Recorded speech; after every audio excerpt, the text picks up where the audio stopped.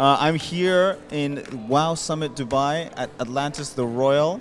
I'm Adele Burton, the host, and I'm here with Cindy Amar. Cindy Amar, please introduce yourself. Hi there. Very pleased to be here. It's wow. Hi. So we were speaking just before about the fact that I decided to do this crazy bet, which is leave the TradFi world, traditional finance, right? Capital markets, been there 15 years. You can feel the excitement, and right, and eventually be like, okay, I make this, full leap of faith, and I go to the right side of the coin. No offense to the naysayers, but this is where it is, right? And at the end of the day, I joined Matrixport, which was a leading digital asset manager headquartered in Singapore with a PKUM of $10 billion under management, digital asset only. And eventually, I was sitting on such a deal flow. I had everything, coming my way, but I had no time to look into it and to monetize it. And it just came as clear as written on the wall. I had to do something about it. And this is how the idea of setting up my own fund, Glass Ventures, came to life. But then it was like there is a function of market. Liquidity crunch, the whole world is fundraising. Everybody thinks they can be, a Web3 fund, overnight. What do I do? What is my edge? How do I monetize that deal flow? So eventually it came to my mind, okay, it's about actually investing in growth stage Web3. And I might sound arrogant, but I'm going to be very elegant about it. So Web3 is a bit vintage already.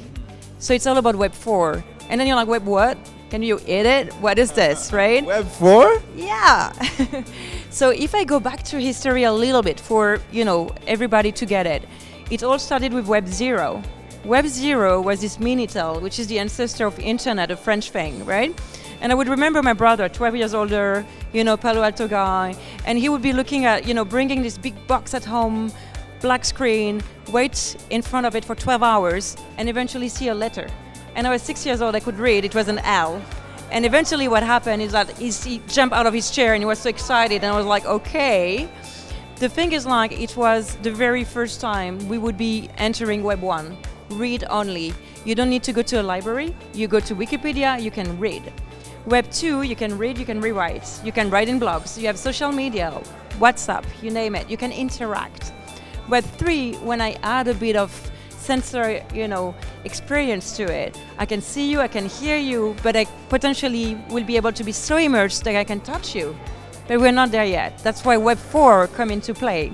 The Web 4 is a symbiotic web. There is no definition. There you go to Google, you will find free articles, nothing on Twitter, and this is where we are to stay. We are labeled ourselves as one of the very first Web 4 early stage investing fund because we want to set up a framework. We want to set up a definition.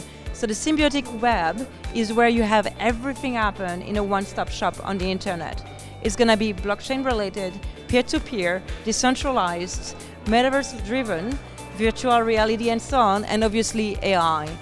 Everything in a one-stop shop. So just imagine our customer pain, our customer gain with our UX in the society we are, where everything has to be in the moment, instantaneous, when we want to explore things and be wowed, no pun in word intended, all the time. This is happening. It's just here. So by setting up this fund, I am investing in the future of tomorrow. I want to be there before anyone else. Absolutely, and that's the way forward. I think there's some great points you mentioned there. Web 1, Web 2, Web 3, and Web 4. One of the main points in Web 3 is read, write, and own, which we're getting that. We can actually own a piece of the internet, which is really interesting. Now, with your fund that you've recently launched, well done, congrats, by the way. You said it's fully in digital assets fund, correct? That's correct. So, does that mean you're only investing in decentralized or both centralized cryptocurrencies too? And is it only in NFTs and cryptocurrencies or more than that? Sure.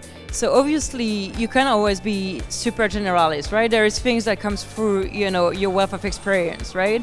Obviously myself coming from capital markets, my co-founder coming from private equity, we have a thing with decentralized finance, right? We see it as the real natural bridge from TradFi, and it's all about old money to make new money, right? There is another bridge, which is the token tone, let's face it, the tokenization of real assets, right? Real estate being tokenized and this and that. The NFT, I don't see it as a mere play. I see it as something that will be added like a token, like a different type of token and perks and airdrop and this and that can enhance you in your gaming, in your this, in your that. But just like a mere NFT being like the representation of like a a physical asset, I don't see more utility to that. It has to be a utility token. Fantastic, very good. I think that's going to be a very unique feature about your fund. What about the downsides in terms of the volatility? How will you manage the volatility in this fund? Because it's purely virtual assets. Some may argue that you're not diversified enough to make up for the volatility and putting all your eggs in one particular asset class. What do you say to that? I'm very happy you bring into this into the table. Yeah, look at you at all. Gotta do this. Look at you.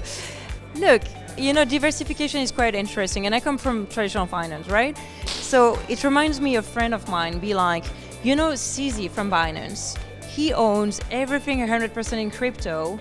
I'm gonna do like him. And I was like, great, but how do you diversify, right? And he's like, it's okay, I have Bitcoin and Ethereum, I'm diversified.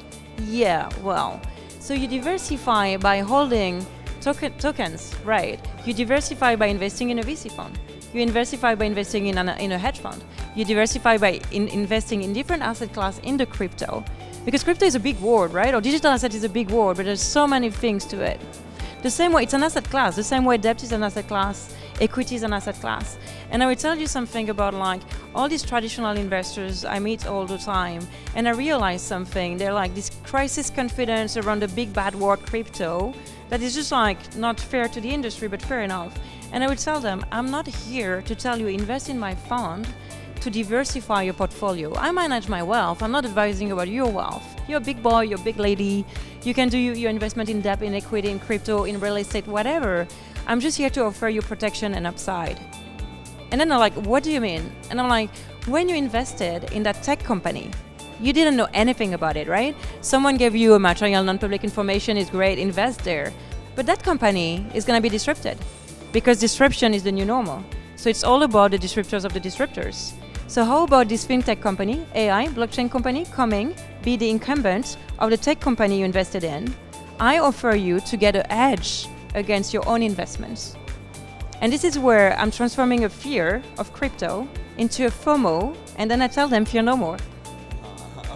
Okay, that's an interesting concept, fair enough. This is something I would be keen to actually learn more about, because diversification is definitely my strategy when it comes to personal investments. I've never put all my eggs in one basket, but already if I'm going to invest in yours, I would have already had positions elsewhere. That this one is purely a crypto, so that means that you should be absolute experts in crypto. I don't want half experts. Right. I want full experts to manage my crypto assets and just crypto. So there's a great use case for this fund. Yeah, and how much in assets and in AUM are you managing? Sure. So we already have a track record, right? So we have 5 million worth of equity already rolled into the fund that are vintage 2018, 2019 with an IRR of 36%, which is more than decent right now in this market. We think 2 of our portfolio are about to exit in 2 years. So you coming in as an LP right now, you already have performance and exit coming up very soon, instead of waiting for 7 years realization, which is phenomenal. Because at the end of the day, our background, we were LPs as well. We know how LP thinks, right? We were entrepreneurs as well. We can recognize an entrepreneur when we see one. At the end of the day, you invest in people. The same way we think LP are gonna invest in us, we invest in our portfolio company. The same way I invest in a company, I look at the capacity and ability and agility of my founders to execute. Because at the end of the day, I want to fall in love with the exit, not the project. I want to be respectful of my money, my skin on the game I put in the fund, and my LP's money. We want to make it happen. Value first for the clients, always. Clients come first. So with that said, we're here at the WOW Summit Dubai. Token 2049 is coming up next year. Lots of stuff, lots of events are happening. It's exhausting. Don't tell me about it. Right? Even this year, Jitex. Where do you see the fund going in the foreseeable future for next year? Do you see a bull market on the horizon? What are your thoughts on that?